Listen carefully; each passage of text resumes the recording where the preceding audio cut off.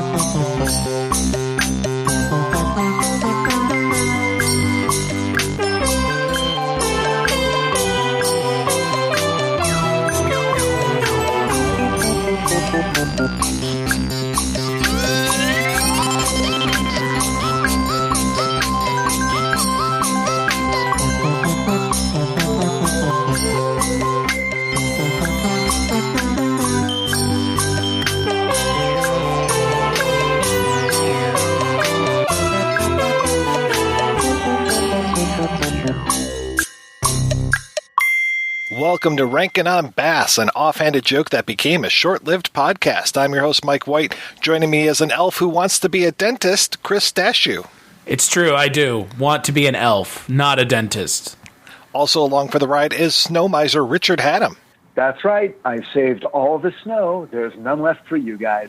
On this podcast, we're discussing the works of Arthur Rankin Jr. and Jules Bass, specifically some of their stop-motion and animated Christmas work. On this episode, we are talking about the adventures of Frosty the Snowman and Jack Frost as we look at Frosty the Snowman, Frosty's Winter Wonderland, and Jack Frost. So, guys, Frosty the Snowman, voiced by Jackie Vernon, who we have seen him before on Kolchak, and who was also in the Microwave Massacre. I cannot watch the Microwave Massacre because I can't hear that voice coming out of him and associate with him with anything other than Frosty the Snowman, because this was my first exposure to Jackie Vernon and probably the most exposure I've ever gotten to him. For a whole generation of people, that voice, as long as he's speaking in that sort of slow, kind of poleaxed, I just woke up kind of way, that voice did you call him a Polak? can only be one. Polak! Frosty the Polak! I said pole-axed. Okay. All right. Yes. Oh, my God. Chris, this isn't very Christmassy. I got to tell you. That's not... Mike was, to be fair, Mike is the one who said, did you say Polak? So... All I know is If I go, happy birthday, everyone knows what the hell that is. Exactly. So I had never seen this before, which I don't really understand how that's possible. I don't understand it either. I think that's a problem. Well, it's weird to me because I've seen Jack Frost. I've seen parts of Rudolph and Frosty's Christmas. And I've seen almost everything we've talked about up until this point, I think, except for Drummer Boy Book 2.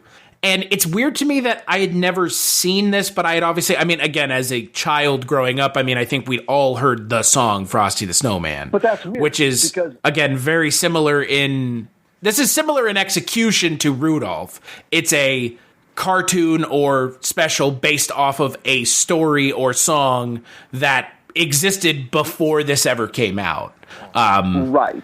And they just build out a little bit from what that was. And Frosty, that's strange because Frosty was one of the early ones. I think it was 1969. And at my earliest, recollections of Christmas, it was Rudolph and Frosty, like those two, and Charlie Brown's Christmas. Oh yeah. And then a little later was Santa Claus Was Coming to Town and Year Without a Santa Claus. And then by the late 70s, I think I sort of lost track. So when a lot of these came out, Jack Frost, Rudolph and Frosty's Christmas in July, and again, that was sort of, I was growing up concurrent. This is before Freeform and before Lifetime and ABC Family that would just, cable stations that would run these things, incessantly.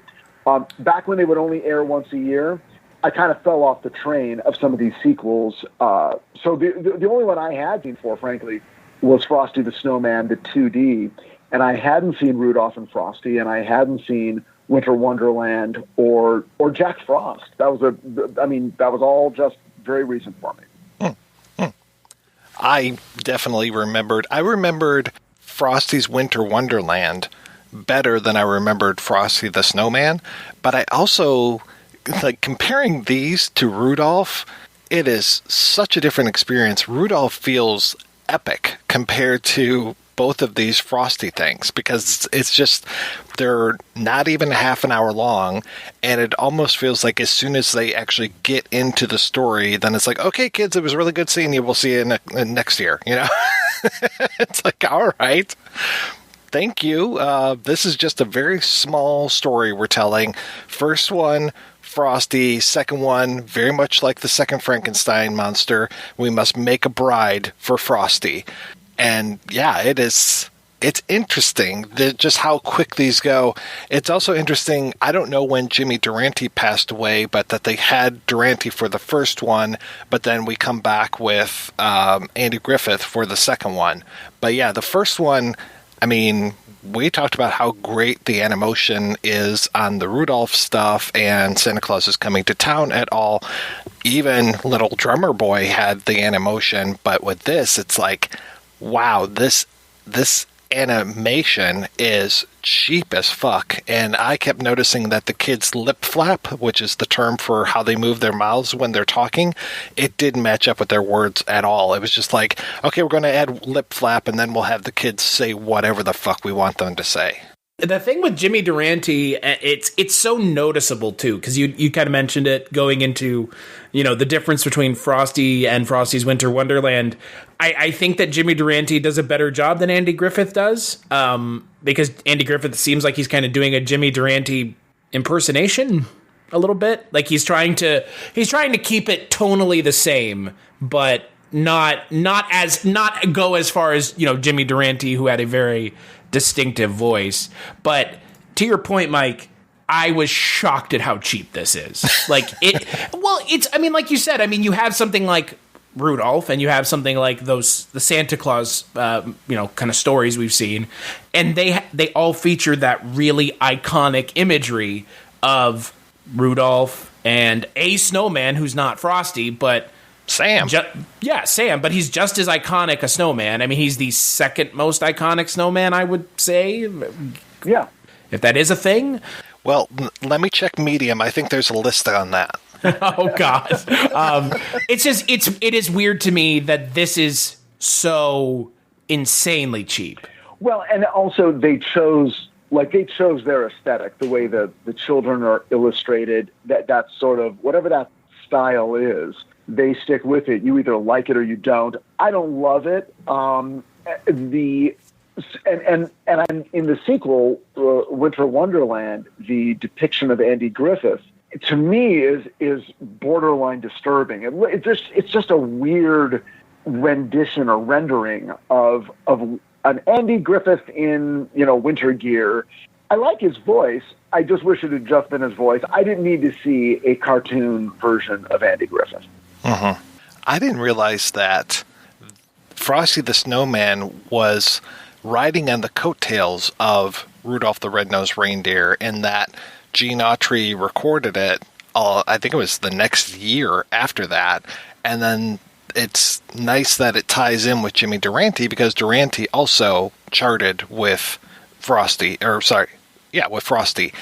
I can't say I'm really familiar with any one particular sung version of Frosty the Snowman. It seemed more like it was just this generic song. Well, yeah, I figured the Frosty that we all hear in our heads is the same one that we've all heard before, right? Well, it's usually like a bunch of kids singing it is what I hear, at least in my head. Oh, in my head I hear and like a man singing the Frosty the Snowman song. Which is weird, given that I've never seen this before. Mm-hmm. I think the version you hear, on the radio, if you will, is the Gene Autry version, right? Okay, that could be. Well, like it's that voice, and then what we remember from the special is sort of all the kids joining in. Plus Jimmy Durante, which I've never heard separate from the special. I've never heard Jimmy Durante cover of Frosty the Snowman outside of the context of the animated special. Right. So, but what was weird about it was the title of the special is Frosty the Snowman's Winter Wonderland, which is another Christmas song. And I'm like, well, are they ever going to, is that going to turn into a thing? And then it does turn into a thing. They sort of incorporate elements of the song by bringing in Parson Brown and making him out of snow. That whole element was like, oh, okay, all right. So they're sort of marrying these two songs together, if you will, as Frosty and his snow bite are married together. Mike, you mentioned the thing about Frosty, because I know we're kind of going in between both of them because they kind of, talking about that separately might be kind of useless since they're both essentially 20, 30 minutes each. Right. It is weird to me how the Frosty the Snowman story, because you kind of touched upon this a little bit, Mike, the first Frosty story versus the second one, the first one follows the song, and it gives you almost nothing else. I mean, yeah, there's the character of the wizard. He's a magician and a professor. Right. Sure. And yet he can do none of these things very well. Yeah, he's a shitty magician, but he happens to have a magic hat. It's funny because, the magic hat in the story is never given a reason for existing. It's never given like a backstory, and it feels like it's less Frosty's backstory and the backstory of the hat that is used to bring Frosty to life, which is so strange because, again, it, like you said, Mike, it really just tells the story of the song, and that's almost it. Mm-hmm. Well, it's like what they did. I was going to say what they tried to do, but what they did succeeded at doing was telling a story about how Professor Hinkle, who is also a magician but not a very good one, is in possession of this hat, and he's got a rabbit, but he's not very good at what he does. He has these professional credentials, but they don't really manifest as anything, and the hat doesn't work for him. But in Frosty the Snowman, the hat finds its way out into the world, into these kids, and then onto Frosty's head. And for Frosty, the magic is unlocked. So it becomes like, it's almost like who's holding the wand. The wand's not going to work for everyone. It's Excalibur. Who will it work for? Who is worthy of the hat? And it turns out that Frosty is. And what's the difference between Frosty and Hinkle? Well, Hinkle is a professor and a magician and is credentialed and has a lot of book learning. But Frosty is just this sort of spirit of pure innocence, not clouded with education and human cynicism. And he was never bitten from the tree of the fruit or from the tree of knowledge. Okay, you are giving this way too much of an analysis that it deserves. I love it though. No, but it's all right there. It's like, oh, the innocent gets the magic, and that's the story and that's the character of Frosty throughout the rest of his career in these Rankin and Bass things, right? Yeah, I mean, we were talking about this before we started recording of the choice that Jackie Vernon gives the character of Frosty, and the character of Frosty is a dimwit, a slower character. And it like you said, it plays into what you're just talking about. It plays into this idea that I couldn't tell if the choice was because he's a, quote, a newborn, essentially, if that's why he's a little slow, or if that's just the character. And either way, it doesn't matter because it's a choice. Mm-hmm. Right. He's childlike, and he's perhaps created from the mind of children so that he reflects back to them, something they'll be comfortable with and feel safe with sort of a childlike adult who, is willing to get on the floor and play with them. That's always every kid's favorite grown-up, is the one who's like, he'll actually play with us and it's cool. So that's what Frosty is. And the fact that he's slow and he sounds like he's been involved in some minor car accident is something that's seen as good. It's like that's what exalts him and makes him pure of heart, is that he is so innocent and not all that smart, right? Mm-hmm. Yeah. I mean, every time they put the hat on him, he says, "Happy birthday." He's like a clean slate every single time. I don't know if he would actually remember, when they put the hat on him again later on, would he remember what he had just been doing? Would he remember that the kids were around him? Or is this like a brand new day every single day he puts it on? Yeah, it's like you're cleaning the hard drive, Right. He's the character from Memento. He needs to tattoo things on his on his snow in order. It says "Remember Sammy Jamkus" on his corncob pipe. Yeah. Somebody's got to do that in this exact animation style. They've got to use these characters to read Memento. And only release it in theaters during a pandemic and then complain it didn't make enough money. And have a really shitty sound mix. That too. Oh, I'd watch it.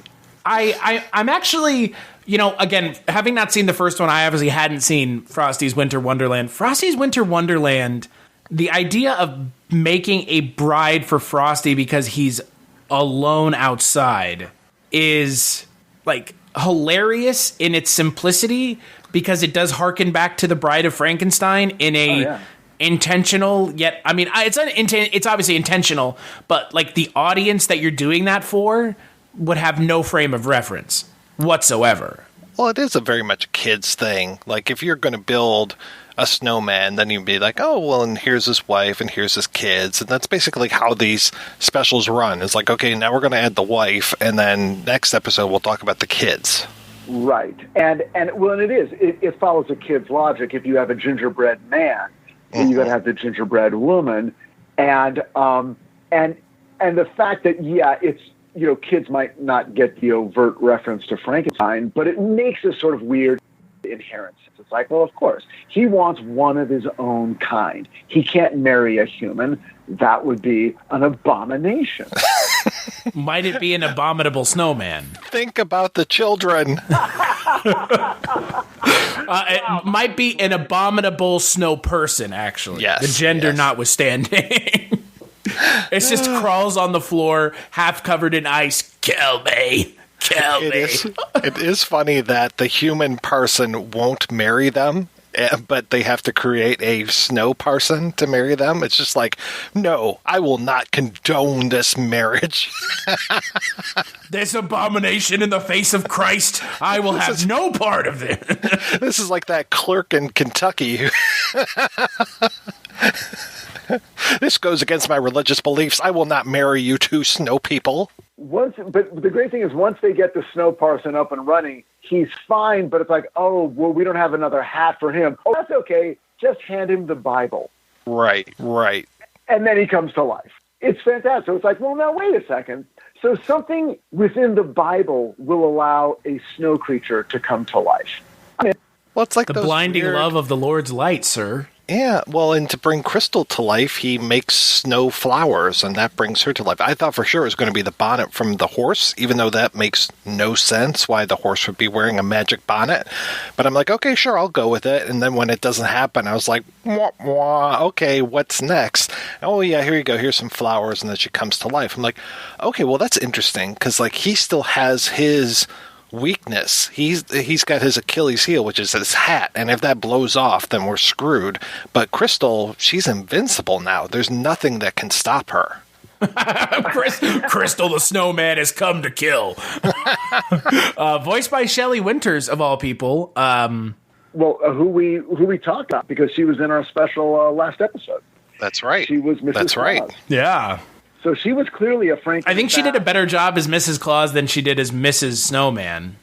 Well, she doesn't have a lot to work with.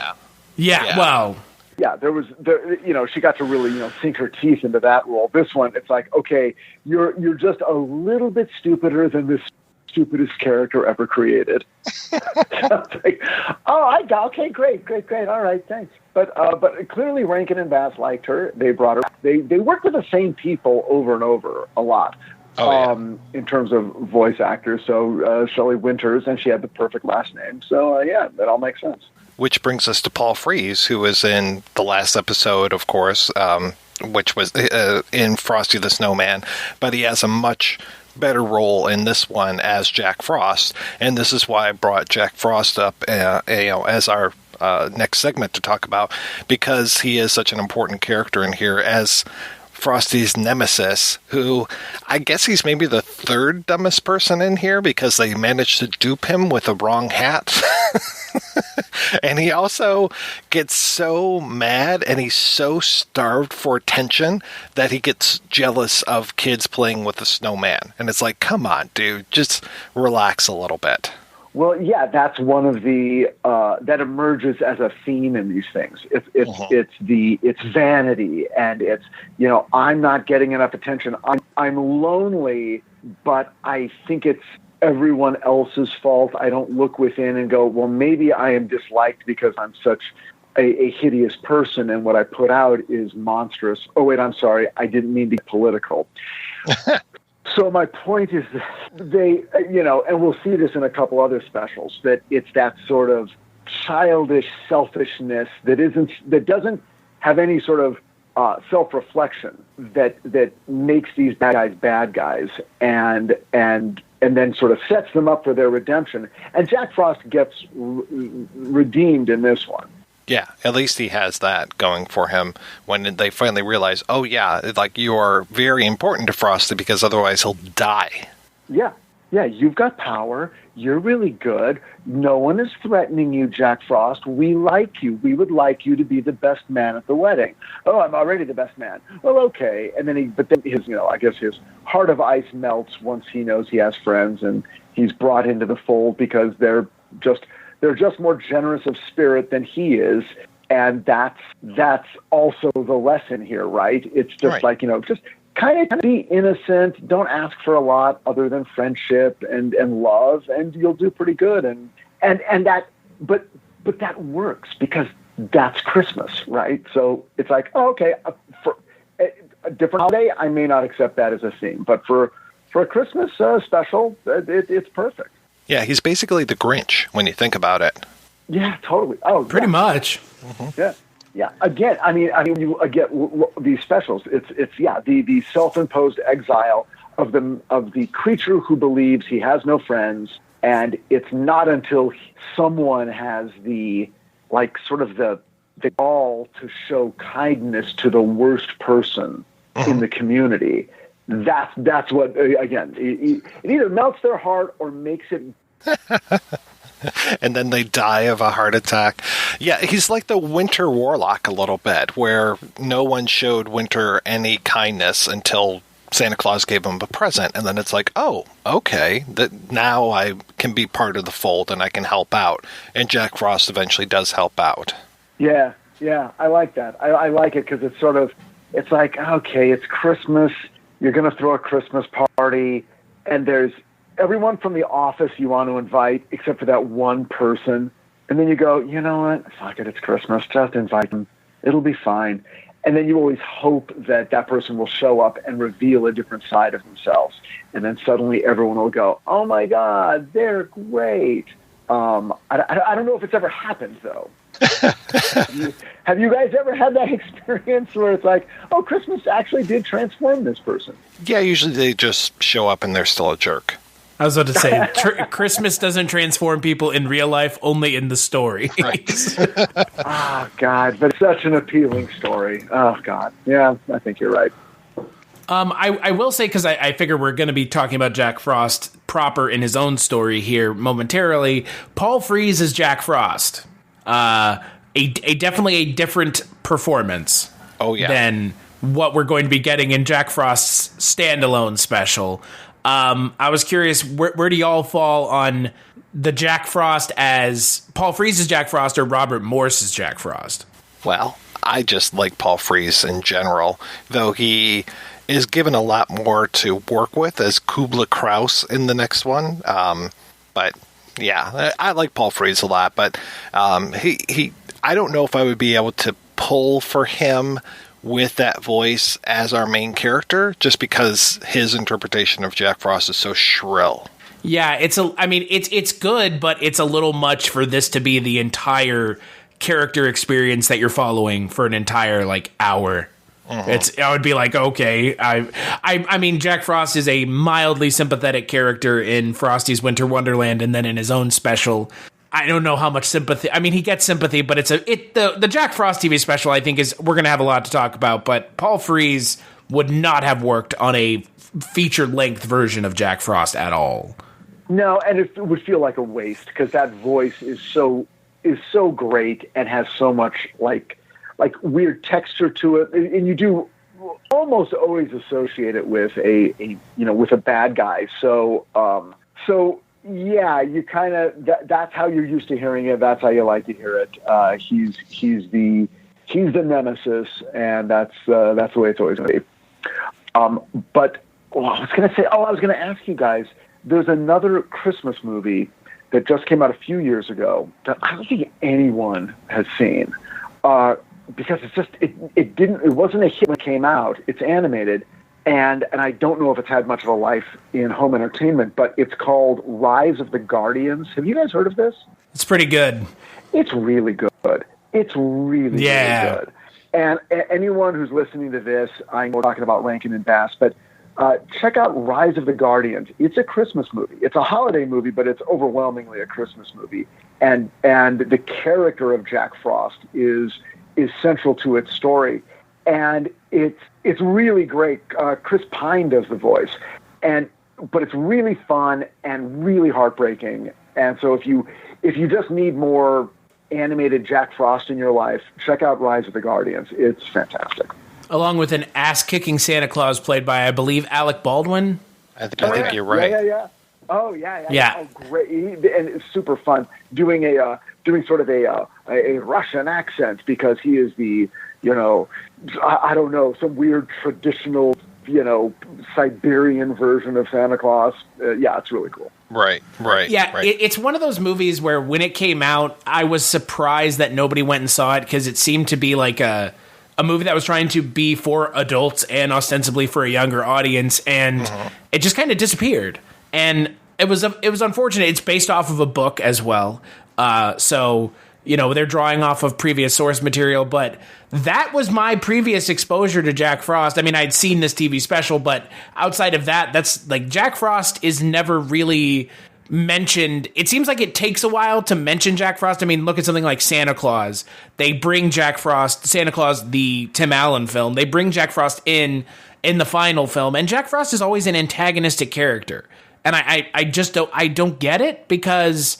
I mean, I get it from like a storytelling standpoint, but it's always weird that Jack Frost is like the villain until it's his own story and then he's not. Yeah, I mean, the guy embodies winter. Nobody likes winter. Nobody likes this idea of the guy who brings, to your point, Richard, he brings the cold to the party. It's just like, oh, for fuck's sake, who wants this guy around?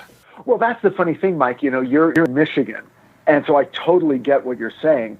But I'm here in Pasadena, California, where everyone's like, oh, my God, it's New Year's Day, and look, it's Colorado Boulevard, and it's a sunny 75 degrees. And I'm the guy sitting around going, oh, what I would give for a white Christmas in Los Angeles just once. Just bring some winter here. Don't make me drive up into the mountains to, you know, pull over to the side of the road and get out of the car and touch snow. Just do it right here. Just right, come on, you know. I lean toward Jack Frost. So let's switch gears properly and talk about this special, Jack Frost from 1979, which I know I have seen this, but my goodness, there are certain things that I remember very well, like this Clang Stopper, the Clockwork Horse, and Dami, the mechanical ventriloquist Dami that this Kubla Kraus has.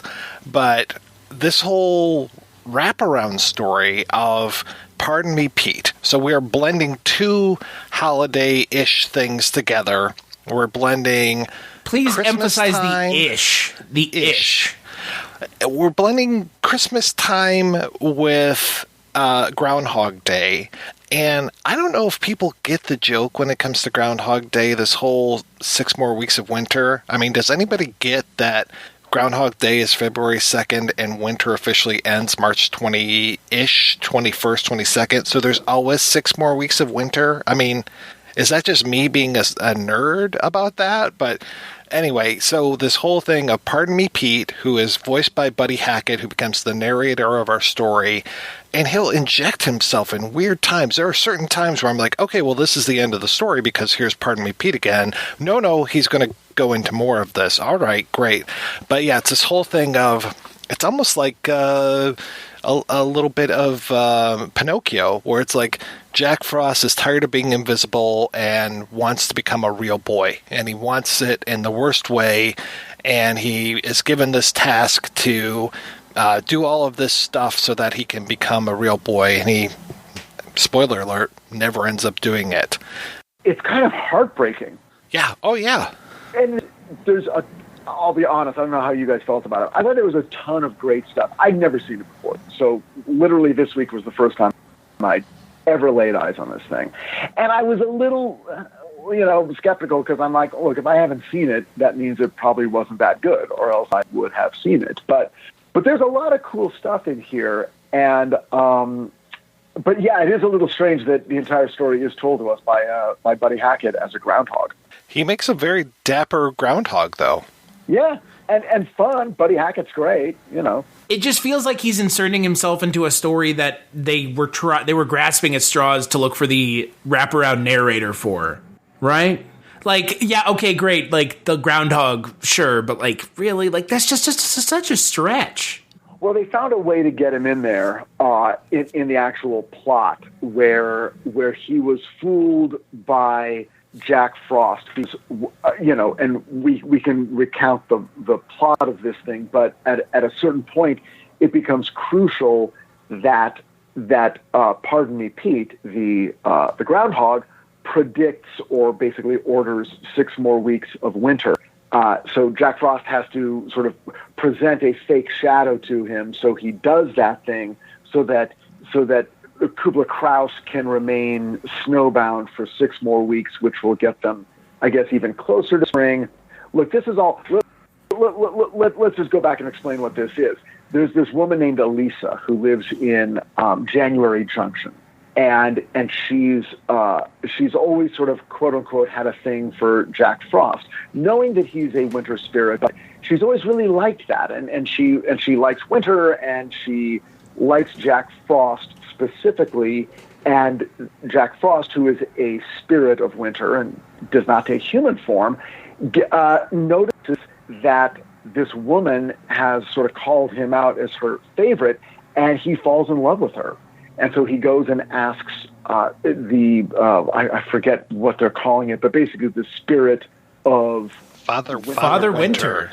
Yeah. Father. Okay, there you go. And asks him, "May I turn into a human so that I can go and court this young woman?" And so he does, but like you guys said, it doesn't quite work out right. Well, so he gives him the task. You have to get a house, a horse, a bag of gold, and a wife by the first sign of spring. And he manages to get all of that by defeating this Kubla Kraus character. And it's a very interesting choice that we are setting this. I'm thinking that Kubla Kraus, I mean, they call him a Cossack right out. So it's almost like this is like Fiddler on the Roof, but with Jack Frost. Because it's like these people are poor, they're struggling, they're so poor that they can't even give each other Christmas gifts. They give each other an empty box, and it's like this whole like, oh, you got me everything I could have ever wanted. And they pretend that whatever is in the box is just the most wonderful thing.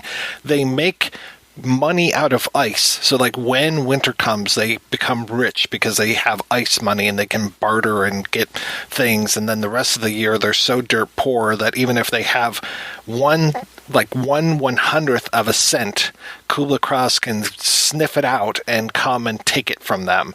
And the Kubla Kraus character is a fantastic character, and that he's very Meisterburger, in that he has no friends at all, and he has to have built all of his friends. And I love this kind of like steampunk look to all of these animals that he has built, his knights, his the mechanical mice that he has, all of these things. I think it's a really cool look to it. The mechanical horse especially, I think, is fantastic. I was going to say, you know, we've talked about Paul Frees a lot, obviously, because he is such a present force in all of these specials. This is my favorite character that he has played. And while I like the Jack Frost special a lot, I think the music leaves a lot to be desired. I think there are some songs that are bizarre, to say the least. The song about the magic box that has nothing in it is not a great... There's not very good music, aside from the Kubla Kraus song that they sing about halfway through it, but the character of Kubla Kraus is one of the most insane characters you will see in these Christmas specials. He's just unlike anything else you've seen, really. Yeah, and I like his true insanity is revealed with Dommy, the mechanical ventriloquist dummy that talks to him, which is just like it's all crazy, and the horse is great and the mechanical mice, but something about that is like so creepy and funny, and so like illustrates that he's out of his mind. It's really fun.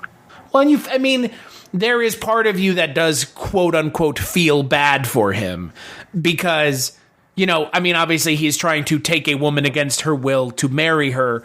But at the same time, he's a kind of sad character because, like you said, Richard, he lives in his kind of castle alone, and he has all these creatures that he's created because he has no friends. And it's interesting to see a villain given some characteristic because we're used to something like Bumble that doesn't do anything really. It's just an imposing force. He's not really given a story of his own. Well, and they could afford to do it because the real dramatic question in Jack Frost is the one. If Kubla Klaus is the antagonist, then the nemesis is the Golden Knight, who is the existing human who is this really good-looking guy that Elisa falls in love with. Because she's always been enchanted by Jack Frost, but she knows that Jack Frost isn't a real flesh and blood person. And so when she meets this other guy, a real relationship blossoms, so that even when Jack Frost does become flesh and blood for a short amount of time, he's just sort of introduced as this character named Jack Snip, and they become friends, but they never, he's definitely in the friend zone. The knight character, Sir Robin Hood, which is a little bit like Sir Robin from Monty Python and the Holy Grail mixed with like Ivanhoe, it's a weird thing because it is basically introducing Arthurian legend into this story, which is, Pardon Me Pete seems to be an American. The rest of the story seems to be taking place in like feudal Russia before before the revolution. and then we have Camelot mythos in here as well. And Chris, you're right about the songs. The songs are so not memorable that I was even asking myself a few minutes ago, did they even have songs in this thing? There is nothing where I'm just like walking away, singing the songs. This is not any of the other specials that we've talked about, like especially You're Without a Santa Claus and Santa Claus is Coming to Town, where it's just like, oh yeah, there's some great songs in here. Wow. But yeah, I think they shot their wad on those earlier specials. Well, the Paul Frees song that he sings alone in his castle, there's the rub, I've got everything I want, but I've got nothing I want. There's the rub. It's like while it's happening, it kind of gets a little energy going, and you're kind of excited about it. Like, oh, this is sort of like the Meisterburger song, but then it doesn't quite stay with you, as I'm proving right now. So yeah, songs aren't quite there. No, and it's unfortunate because I think if the songs had been there, this one would be more well remembered. Oh yeah, because it has all the tenets of a really memorable Rankin and Bass special, and this one was one of the ones where I think it came out a little late. I mean, it came out in '79, and that's a little later than everything else. It's also, again, like we've openly talked about here, it's based off of a character that is not Jack Frost, like you mentioned, Richard, he is a recognizable character, but he's not Frosty, he's not Rudolph, he's not Santa, so that all of a sudden puts him into this weird... It's this weird character where they're creating a backstory for this character to try to slot him in sideways into everybody else's stories, as opposed to just being like, well, he's just kind of, he's his own thing. It's like, no, Jack Frost has like always been there. He's always there. He's just, invisible. And it's like, oh, Jesus, come on. Like, well, other than the one line about him nipping at your nose, he doesn't have a song. All of these other things that we've talked about have many songs that go with them. At least, Frosty's got a song. Rudolph's got a song. Santa Claus has so many songs, but Jack Frost, yeah, forget about it. He's got a lyric. Yeah, and that one lyric is the only thing that has to do with Jack Frost outside of that would motivate them to do this story. Yeah. Is like Jack Frost nipping your nose. Well, how can we turn that into a whole story? Oh my God. And she does nip at her nose at one point. I know, yeah, exactly. in tune, in sync with the music when it says Jack Frost nipping at your nose. He does it. Great. Yeah. It feels like they have to reinvent him. Every time they use him, they have to sort of re-explain who he is for their own purposes. And sometimes he's good, like in this one, in Jack Frost. Sometimes he's the bad guy, like in Frosty's Winter Wonderland. But in this one, it really is sad. Oddly, I was wondering all the way through, well, how are they going to resolve this? Like, is he going to go back and get the girl? Because they're giving a lot of time to Elisa being with this guy who's the Golden Knight. And what worried me was they play the Golden Knight as sort of a nice guy. So I'm like, oh shit. So they're not stacking the deck against him and like making me go, oh my God, quick, Jack, get down there before she marries this not so nice guy. They play him as a nice guy. And then there's this really sad scene where he comes down at the end and he's only got a couple minutes left to go and try to get, his wife. And by the way, it's kind of weird. If to be a human being, you basically have to own property and own another human being as a wife. That's kind of how it's described. Yeah. You have to have a bag of money and a house. That's what makes you human. Not a heart, not a sense of humor or imagination. You have to have a horse. Well, this is a very capitalist message, especially in pre-revolution Soviet Union. I would like to point out, by the way, since we have now finally talked about, we're the second time we brought up the fact that it's Soviet. I do find it funny that the character is an evil Cossack, which is a thing that you rarely hear Cossacks being mentioned. As someone whose father's side of the family is descended from the people of the steppes, the Cossacks. It's funny to me because it's like, why the Cossacks? Of all the things, like, who in America is like, oh yeah, Cossacks? Like, what? Yeah. It's a little odd.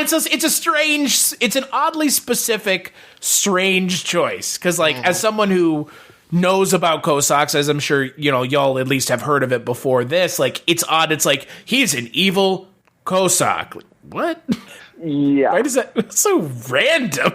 It is kind of weird. It's like Mike said, it's like outside of Fiddler on the Roof, there aren't a lot of popular images of Cossacks being the bad guys, but yeah, they kind of lifted this from, they might as well have just called the town Anatevka and just been done with right. So anyway, poor Jack Frost, in his last moment of corporeality, goes to Elisa's dad and says, I'm asking for your daughter's hand in marriage. And he very simply says, well, but she's in love with this knight. And the only thing she's ever talked of before that was this spirit, Jack Frost. She was really into that when she was a kid, but now she's grown up and now she loves this. And she knows you, but likes you as a friend. And so he cries, and then the clock strikes 12 and he turns back into Jack Frost. And the last connection they have is at her wedding. He just sort of comes by and puts a frost on the flowers that she's carrying, and she kind of reacts, and the Golden Knight says, "What was that?" And she says, "Oh, an old friend just kissed the bride." Mm. I choked up. I'm choking up now. Yeah. I wanted more. I wanted to know how Jack Frost felt about this. Like, there's never really a scene where he explains, "No, this is as it should be. I'm not, I can't live as a human. I can only be a spirit." But he becomes a spirit, basically. He goes back in the middle of the story and becomes a spirit again so that he can save her town and basically create a situation that's going to foster the relationship with his romantic rival. And so he definitely sacrifices and then doesn't get anything other than knowing that she's happy with someone she loves, even though it's not him. So this is I mean, that's kind of sophisticated for a kid's Christmas special. Uh-huh. And it is weird because, as far as I'm concerned, Jack Frost doesn't really get a happy ending. No. Yeah, right. I mean, it's happy in that he's like back to his old job and he kind of had a moment to be on the corporeal plane with the rest of us. But like, it's weird because it's a very bittersweet Christmas special. Like, I don't think if I were a child watching this in 79, I would be particularly happy that the character doesn't have a happy ending. And frankly, the character doesn't really get a wrap up to their story at all. No. Well, like if John Hughes was writing this special, then Holly, the little other Christmas sprite, would be the one who's been in love with Jack up in the spirit realm all along. And it's not until he goes back as a spirit that he realizes, oh, there's this winter girl sprite named Holly, who's a far more appropriate mate for me because, again, we're of the same species. And then he goes off with her. But like, if that, I guarantee you, if this was made today, that would happen. Uh-huh. Uh-huh. It's an interesting choice. I mean, it's a lot more mature than, some of the other specials we've seen because it handles some topics that I, for one, didn't remember being in this special. Well, it's nice, too, that I really think by 79 they had so many of the kinks worked out when it came to the Animotion. To see, like, the invisible Jack Frost, this, like, glass figurine that you can see and not see at the same time, it looks really nice when he is in his invisible state. And some of the flying effects and some of the effects of the when they're basically falling out of heaven, him and then later on his two pals fall out of heaven. It's just like, oh, wow, this actually looks really good. Well, and it's funny because, at the beginning when you see Dave Garroway's character of the Groundhog Day reporter, I was shocked at how seamless that was. Oh, yeah. It was so smooth compared to everything else that we've seen. And it just goes to show like how far they really have come. Like you mentioned, the invisible Jack Frost puppet that they use. It really is a testament to the quality of the animating team that I don't think gets enough credit here. I mean, these were not animated. Like we mentioned it last time, but we should mention again, these animated puppets were not made stateside. This is all in Japan. So the Japanese animators never get any credit. It's always Rankin and Bass, and then their team of Japanese animators in Japan doing it for them. And they have come a long way from Rudolph the Red-Nosed Reindeer. Oh, definitely.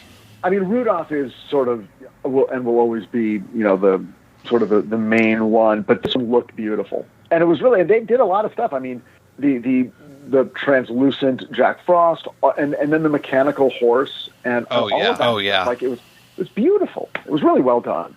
Which is such a shame because I want to say this is one of the last Animagic versions that stories that we get from them. After this, I mean, we're going to be talking about Rudolph and Frosty's Christmas in July, which was the same year.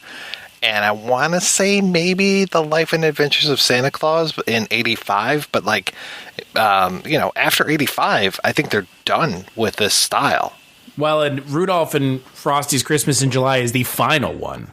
So, I mean, this is one away, essentially. Yeah. And it's unfortunate because it really feels like they've hit their stride, like big time. Yeah. I wonder how long it would take to make one of these things, Well, we could ask Maggie the Odd. She does a lot of stop motion animation, so I can't even begin to. It must be such an undertaking. Like I've read and watched things where people are talking about using maquettes, and it's like, oh, we spent 7 hours doing 30 seconds. It's like, oh gosh. Now imagine just do that like 100 more times or like 1,000 more times, and you'll be good. Well, we got it. Got like a half an hour worth of footage. I mean, there's a reason these are all 30 minutes. I mean, there's a reason that all of these Leica films that keep coming out are coming out like every 5 years. This is not an easy process. Like that's the thing about these specials that blows my mind is how well done they are for what they are. Because holy shit, this is not easy at all. Like this is such a monumental undertaking. Well, and it's also just not style of animation that is considered, I mean, it's not Pixar style, so it's sort of not the style of our era. But was it Leica that did the Box Trolls? Did you guys see that? Yeah, that was Leica. Yeah, I mean that one was gorgeous. Yeah, and I think they actually did it in the old-fashioned style, where literally they just whatever the elements were within the frame, they moved them a little bit, did a frame, moved them a little, did a frame. I mean, they were physically animating the elements that you're seeing, but it's so complex. It is. I mean, it's almost impossible to understand or imagine how they could have done it. But so yeah, it's really consuming and really labor intensive, and I think there's.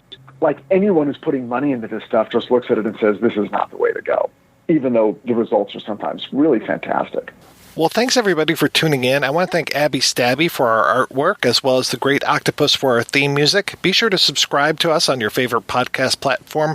We'll be back to talk about when Frosty the Snowman met Rudolph the Red-Nosed Reindeer. And let me tell you, sparks are going to fly.